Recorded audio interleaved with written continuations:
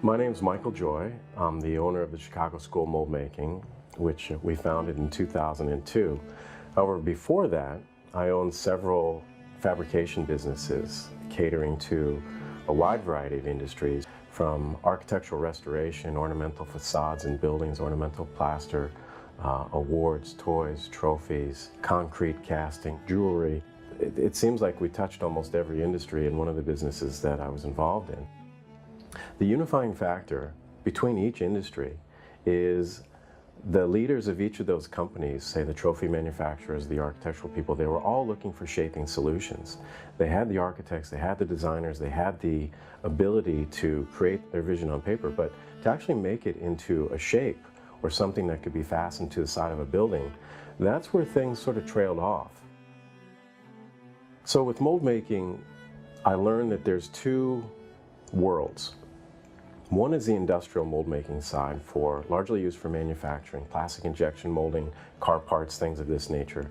But there's another side of manufacturing that is on the small scale, and that's artisanal mold making. There's very little instruction for it. Usually the people that engage in that are really self-starters who need to solve a problem. They get on YouTube, they dig around for some answers, and they get enough just to get by. But there's really not answers for them of how to take their they have a need to make a shape, but they don't know how to duplicate it cleanly or efficiently. They don't know how to scale up into manufacturing. And if you think about inventions, and you think about the number of patents that are applied for each year, utility and design, and then you compare it to the number of the things from those inventions that actually go to market or actually made, there's a huge discrepancy. And I think that discrepancy has to do with a person's inability to make their own idea. They can, if you have money, you can engage in a fabricator or another company, some sort of craftsman. But even those people are hard to find. And if you have a small project, they likely don't want to pay a lot of attention to you because you're a small project.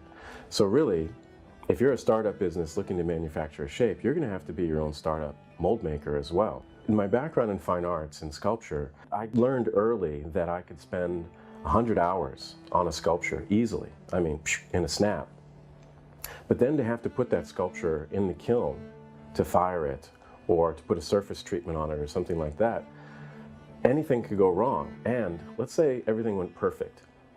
I have one sculpture with hundreds of hours into it, and now my price point, I can only sell it for those hours at best. And this is why art is so expensive.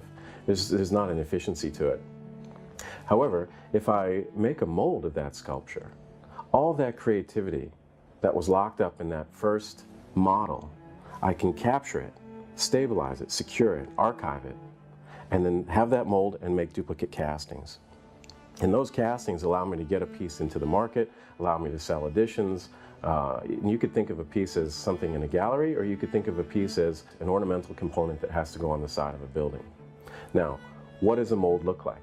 They look like all sorts of things. Small molds that we make for the culinary industry, this is an example. It's just a very simple sphere mold. Unique qualities are it's self-locking.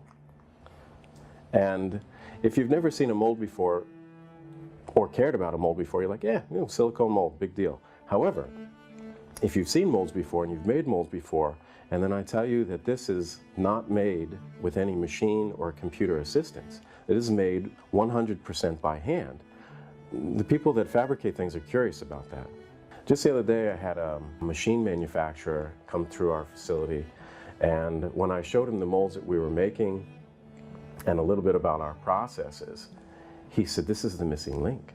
He said, this is what we're missing from the 3D printing to manufacture. Unless you have a 3D printing machine that is of the equivalent quality of those used in the aerospace industry, the automotive, or the military, 3D printing is really, it's not a manufacturing tool. It's part of the process. If I print a small chess piece, first off, because I'm limited in the size that I can make, that chess piece could take anywhere from 12 to 40 hours to print. It's just not manufacturing. However, if I make a prototype on that machine and then make a mold of that chess piece, I could change it into chocolate, I could change it into cement, I could change it into cast stone, I can change it into bronze, and it goes on and on. It's the transformation of materials from a 3D print that the value of manufacturing comes in. 25 years later, after servicing many, many industries and teaching at universities and schools and writing books and things of this nature, I realized that when people see that they have the power to take the idea out of their head, manipulate some raw materials, and have a product, an output, all within a small environment, something happens with their creativity. People begin problem solving different. People get excited about shape and form and texture. They feel that they don't have to rely on somebody else to have their own ideas in place.